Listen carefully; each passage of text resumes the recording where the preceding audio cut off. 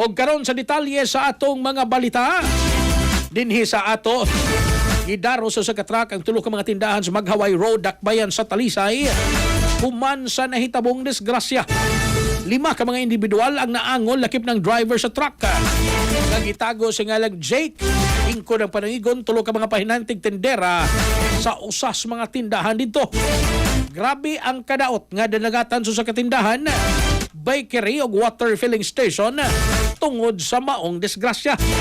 Nasuta nga maong truck adunay kargang scrap materials paingon mulugsong sa Camellia sa naasong lugar. Sa inisyal nga investigasyon, nasuta nga ang driver sa truck nakapiyong tungos kaduka nga may resulta sa disgrasya. Kasamtangang gibalhog ang mga driver aron may manubaga sa mga kadaot sa mga propiedad nga nalakip sa disgrasya. Kasikas Express Balita. Cellphone Plus Gold, mapalit sa mga butika sa inyong lugar.